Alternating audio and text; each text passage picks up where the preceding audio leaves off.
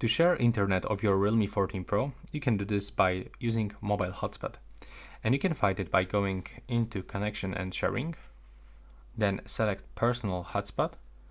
And as you can see right here, we can already find some settings like the hotspot name, password, and for example, the function that will allows us to automatically turn off this when there's like no devices connected for 10 minutes.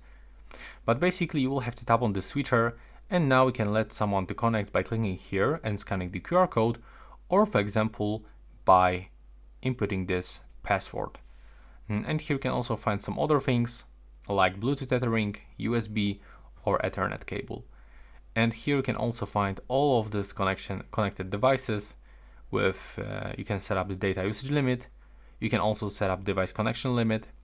So we can actually decrease, for example, for, I don't know, 3 devices. And yeah, when you click here, we can even change this password if you want. And here you can also find some other things, like you can even enable the Wi-Fi 6 protocol.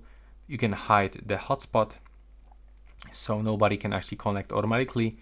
You can also switch the AP band and select security mode.